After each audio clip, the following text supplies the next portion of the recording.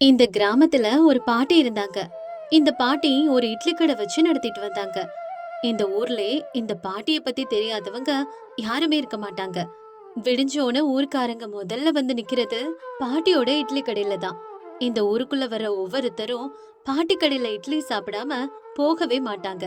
பாட்டியோட கைப்பக்குவம் அவ்வளோ ருசியா இருக்கும்.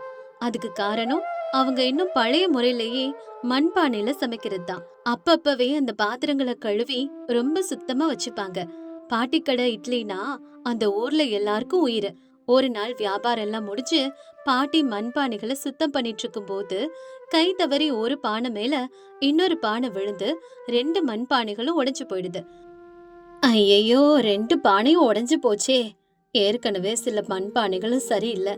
இருக்கிற இந்த 2 பானையும் இன்னைக்கு உடைஞ்சு போச்சு. நாளைக்கு வியாபாரத்துக்கு பாத்திரமே இல்லாம போயிடுச்சே. இப்ப நான் என்ன பண்றது? ஒண்ணுமே புரியலையே. அப்ப அவங்களுக்கு ஒரு யோசனை வருது. இன்னைக்கு எப்படி பார்த்தாலும் பக்கத்து ஊர்ல சந்தை நடக்கும். அங்க போய் எனக்கு தேவையான புது பாத்திரங்கள்லாம் வாங்கிட்டு வருவோம். சீக்கிரமா வாங்கிட்டு வந்துடணும், இல்லைன்னா இருட்டிடும். தாமதம் ஆயிடுச்சுன்னா காட்டுக்குள்ள திரும்ப நடந்து வர்றதே கஷ்டமாயிடும். அப்படி நினைச்சிட்டு பக்கத்து ஊர் சந்தைக்கு கிளம்புறாங்க. பக்கத்து ஊருக்கு போகணும்னா சின்ன காட்டு தாண்டி தான் போகணும். பாட்டி கிளம்பி போயிட்டு இருக்கும் போதே காட்டு வழியில ஒரு சாமி வர்றாரு. அந்த சாமி பாட்டிய கூப்பிட்டு இப்படி பேசுறாரு. தாய், எங்க போறீங்கன்னு நான் தெரிஞ்சுக்கலாமா? நான் பக்கத்து ஒரு சந்தைக்கு போறேன் சாமி. ஏதாவது வேலையா? ஆமா தாயி, நீ திரும்ப இந்த வழியா தான் வருவியா? ஆமா சாமி, திரும்ப இந்த வழியா தான் வீட்டுக்கு வரணும். சொல்லுங்க சாமி. அப்ப தாய், எனக்கு ஒரு உதவி பண்ணணுமா? சொல்லுங்க சாமி, நான் என்ன பண்ணணும் உங்களுக்கு? எனக்கு உடம்பு சரியில்லாததால பயணம் செய்ய முடியல. கொஞ்சம் என் மேல கருணை வச்சு நீ திரும்பி வரும்போது எனக்கு கொஞ்சம் பழங்களும் பலகாரங்களும் வாங்கி வர முடியுமா தாயி? கண்டிப்பா சாமி, நீங்க இவ்வளவு கேட்கும் போது வாங்கி வராம இருப்பேனா? ரொம்ப சந்தோஷம் தாயி, ஜாக்கிரதா போயிட்டு வா. சரிங்க சாமி. அப்படி பாட்டி அந்த சாமி கிட்ட வாக்கு கொடுத்துட்டு சந்தைக்கு போறாங்க. சந்தையில தனக்கு தேவையான மண்பானைகளை வாங்கிட்டு சீக்கிரமா வீட்டுக்கு போகணும்னு கிளம்பும் போது சாமியோட பேச்சு ஞாபகத்துக்கு வருது. ஐயோ, காட்டுல சாமி பழங்களும் பலகாரங்களும் கேட்டாரே, அந்த விஷயத்தையே மறந்துட்டனே. சரி, வாங்கிட்டு போவோம். எங்க இருக்கு கடை? அப்படின்னு பழக்கடை கிட்ட போய் சில விதமான பழங்களையும் வாங்கிட்டு மண்பானைக்குள்ள வச்சுட்டு திரும்ப பயணத்தை பாட்டி தொடங்குறாங்க. அப்படியே சாமி கிட்டயும் வராங்க. சாமி, இந்தாங்க பழங்களை எடுத்துக்கோங்க. உங்களுக்காகத்தான் வாங்கிட்டு வந்த சாமி. ரொம்ப சந்தோஷம் தாயி. பசியோட இருந்த எனக்கு சரியான நேரத்துக்கு பழங்களை கொண்டு வந்து கொடுத்த. நீ நல்லா இருக்கணும் தாயி. அப்படி சொல்லி சாமி பழங்களை வாங்கும்போது பழங்கள் மண்பானையில மோதி மண்பானைகள் உடைஞ்சிருச்சு.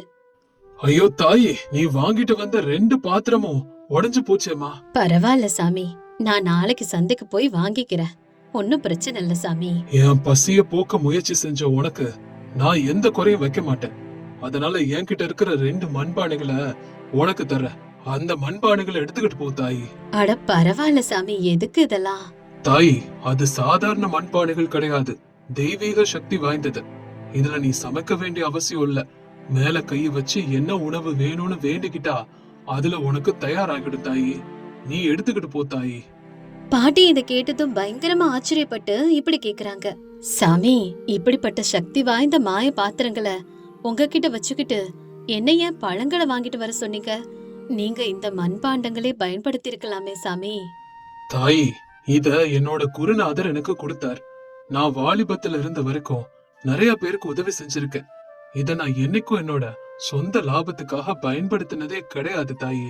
அடுத்தவங்களோட பசிய போக்குறதுக்காக மட்டும்தான் அதை பயன்படுத்தினேன். இப்ப நானே மத்தவங்களை எதிர்பார்த்து வாழ வேண்டியதா போச்சு.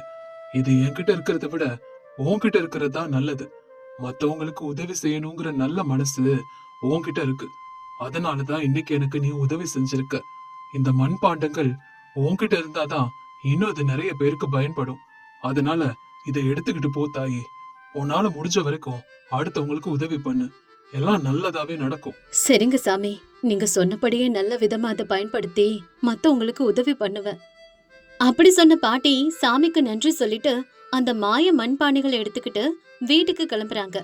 வீட்டுக்கு போனதுக்கு அப்புறம் சாமி சொன்னது நிஜமா இல்லையான்னு அந்த பாத்திரங்களை சோதிச்சு பார்க்க விரும்புறாங்க. காலையில எழுந்திருச்சு இட்லி கடையில பாத்திரங்களை வச்சு அதை சோதிச்சு பாக்குறாங்க. ஒரு தடவை சாமி சொன்னது மாதிரி செஞ்சு பாப்போம். ஆனா அது என்னோட சுய லாபத்துக்காக இல்லாம சாமி சொன்ன மாதிரி நடந்தா அதுல வர வருமானத்தை நல்ல காரியங்களுக்கு பயன்படுத்துவேன். இப்ப நான் இத சோதிச்சு பாக்குறேன். அப்படி சொல்லிட்டு பாட்டி பாத்திரங்கள் மேல கைய வச்சு கண்ணை மூடிக்கிட்டு மனசுல தன்னோட வேண்டுதலை வேண்டிக்கிறாங்க. சாமி, நான் எப்பவுமே செய்யற மாதிரி சுவையான இட்லிகளும் கூடவே சுவையான தேங்காய் சட்னியும் இந்த பானைக்குள்ள வர மாதிரி செய்ங்க சாமி. அப்படி வேண்டிக்கிட்டு கண்ணு திறந்து பாக்குறாங்க. அப்ப ஒரு பாத்திரத்துல இட்லியும் இன்னொரு பாத்திரத்துல அவங்க கேட்ட மாதிரியே தேங்காய் சட்னியும் கண்ணுக்கு முன்னாடி வந்து நிக்குது. இத பார்த்து ஆச்சரியப்பட்ட பாட்டி இப்படி நினைக்கிறாங்க, நிஜமாவே இதெல்லாம் அந்த சாமி சொன்னபடியே நடக்குது. நானும் மத்தவங்களுக்கு நல்லது செய்யற மாதிரி இத குறைச்ச விலைக்கு விப்பேன். வர பணத்தை ஏதாவது நல்ல காரியத்துக்கு பயன்படுத்துவேன். கடவுளே, எல்லாம் அருளால நல்லா நடக்கணும். அப்படி நினைச்ச பாட்டி அன்னையில இருந்து ஊர்ல இருக்கிறவங்களுக்கு முந்தின நாட்களை விட குறைச்ச விலைக்கு இட்லியை கொடுத்துக்கிட்டே வராங்க. ஊர் மக்கள் எல்லாரும் ஆச்சரியப்பட்டு போய் வெளியில விலை ஏறிக்கிட்டே போனா பாட்டி கடையில மட்டும் எப்படி மலிவு விலைக்கு கொடுக்க முடியுதுன்னு இவங்களுக்கு மூளை ஏதோ கலண்டுடுச்சா அப்படின்னு நினைச்சுக்கிட்டே பாட்டி கடையில இட்லிய சாப்பிடுறாங்க. ஆனாலும் பாட்டிக்கு சாமி கொடுத்த மாய மண்பானைகளால ஊர் மக்கள் எல்லாருக்கும் சுவையான இட்லிகளை குறைச்ச விலைக்கு பாட்டி கொடுத்துட்டு இருக்காங்க. இப்படியே போயிட்டு இருக்கும் போது கொஞ்ச நாளுக்கு அப்புறம் மழை சரியா பெய்யாம ஊர் மக்கள் எல்லாரும் ரொம்ப கஷ்டப்படுறாங்க.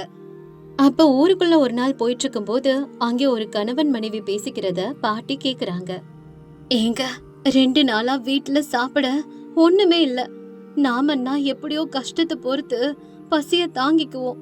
ஆனா நம்ம பிள்ளைங்க பசியால ரொம்ப துடிக்கிறாங்க. எப்படியாவது இன்னைக்காவது சாப்பிட ஏதாவது கொண்டு வாங்க. நானும் அதுக்கு தாமா முயற்சி பண்றேன். எங்கேயும் கடன் கூட கிடைக்க மாட்டேங்குது.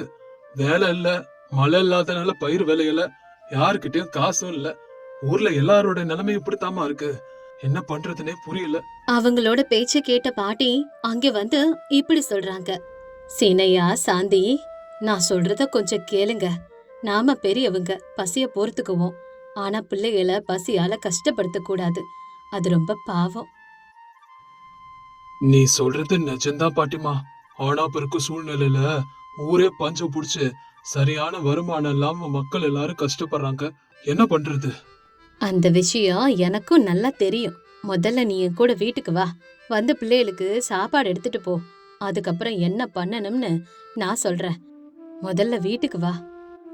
பாட்டிமா, இந்த நேரத்துல எங்க பிள்ளைய பசிய போக்குறதுக்கு நாங்க ரொம்பவே உங்களுக்கு கடமைப்பட்டிருக்கோம். அட, அதெல்லாம் அப்புறம் பாத்துக்கலாம். முதல்ல நீங்க என் கூட வாங்க. எல்லாருக்கும் தேவையான சாப்பாட கொடுத்து வர்றேன். அப்படி சொல்லிட்டு பாட்டியம்மா சீனியாவை கூட்டிக்கிட்டு வீட்டுக்கு போறாங்க. சீனியாவை வெளியவே இருக்க சொல்லிட்டு உள்ள போய் மாய மண்பானைகள் மேல கைய வச்சு கண்களை மூடிக்கிட்டு சாப்பாடு வேணும்னு கேக்குறாங்க. நினைச்சபடியே சாப்பாடு ரெடி ஆகுது. இந்தா சீனையா, இந்த சாப்பாடு எடுத்துட்டு போய் முதல்ல உன் பொண்டாட்டி பிள்ளைய பசிய போக்கு. அது போல ஊர்ல யாருக்கெல்லாம் சாப்பாடு இல்லையோ அவங்களெல்லாம் என்கிட்ட வர சொல்லு. என்னால எல்லாருக்கும் சாப்பாடு போட முடியும்பா. போப்பா, நீங்க சாப்பிட்டுட்டு அப்புறம் எல்லாருக்கும் தகவலை சொல்லுங்கப்பா. பாட்டிமா, ஊரே பஞ்சத்துல இருக்கு. எல்லாரோட நிலைமையும் இப்படித்தான் இருக்கு. ஆனா இவ்வளவு பேருக்கு சாப்பாடு போடணும்னா உன்னால முடியுமா? அதுவும் இல்லாம இவ்வளவு பேருக்கு சமைக்கணும்னா இந்த வயசுல நீ அதுக்காக ரொம்ப கஷ்டப்படணும் பாட்டிமா. அதெல்லாம் நான் பாத்துக்கிறேன். நீ ஒரே ஒரு வேலை செய். ஊர்ல யாருக்கெல்லாம் பசியா இருக்காங்களோ அவங்களெல்லாம் என்கிட்ட வர சொல்லி முரசடிச்சு சொல்லு. மத்தத நான் பாத்துக்கிறப்பா. இந்த சாப்பாட வாங்கிட்டு சீக்கிரம் போப்பா. பாட்டி சொன்னதை கேட்டு சீனையா இப்படி நினைக்கிறான். என்னாச்சு? பாட்டிமாக்கு மூளை கலண்டுருச்சா என்ன? ஊர் மக்கள் அத்தனை பேருக்கும் சாப்பாடு போடுறதுங்கிறது அவ்வளவு லேசான காரியம் கிடையாதே. சரி, எப்படியோ பாட்டிமா நம்ம வீட்டு பசிய போக்கிடுச்சு. என்னதான் பண்ணுதுன்னு பாப்போம். பாட்டி சொன்னபடியே நம்ம ஊர்ல முரசடிக்க சொல்லலாம்.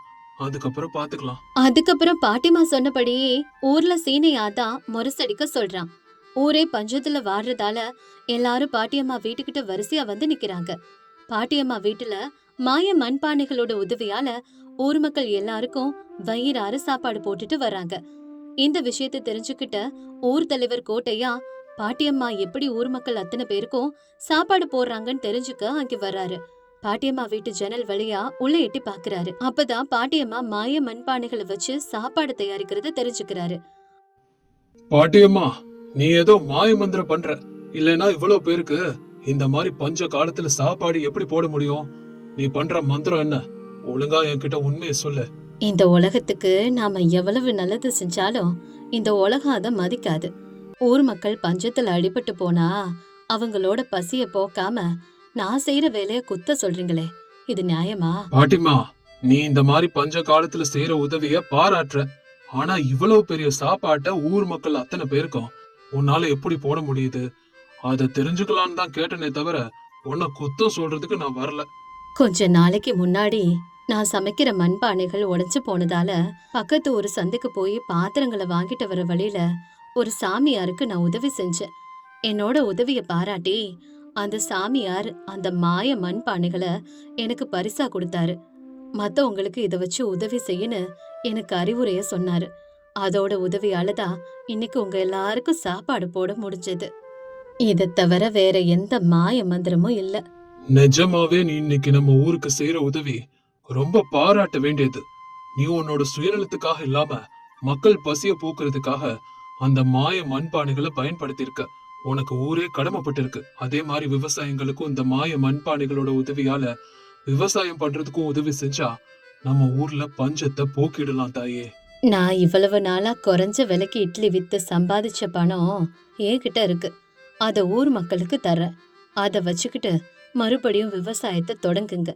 ஆனா நீங்க எனக்கு அந்த பணத்தை திரும்ப தர வேண்டிய அவசியமே இல்ல. இதே மாதிரி கஷ்டத்துல இருக்கிறவங்களுக்கு உதவி செய்யுங்க. அதான் நீங்க எனக்கு செய்யற கைமாறு. பாட்டியம்மா எடுத்த முடிவை அந்த ஊர் மக்கள் எல்லாரும் ரொம்ப பாராட்டுறாங்க. பாட்டியம்மாவோட உதவியால ஊர்ல மறுபடியும் விவசாயம் தொடங்குது. பாட்டியம்மா செஞ்ச நல்ல காரியம் ஊருக்கெல்லாம் பரவி சுத்துப்பட்ட ஊர்க்காரங்களும் பாட்டியம்மா கிட்ட உதவிக்காக வர ஆரம்பிக்கிறாங்க. இந்த விஷயத்தை தெரிஞ்சுக்கிட்ட சாமியாரும் பாட்டியம்மாவோட பெருமைய பாராட்டி வாழ்த்துறாரு. இப்படி கடைசி வர பாட்டியம்மா அந்த மாய பாத்திரங்களை வச்சு சுயநலம் இல்லாம ஊருக்கு உதவி செஞ்சாங்க.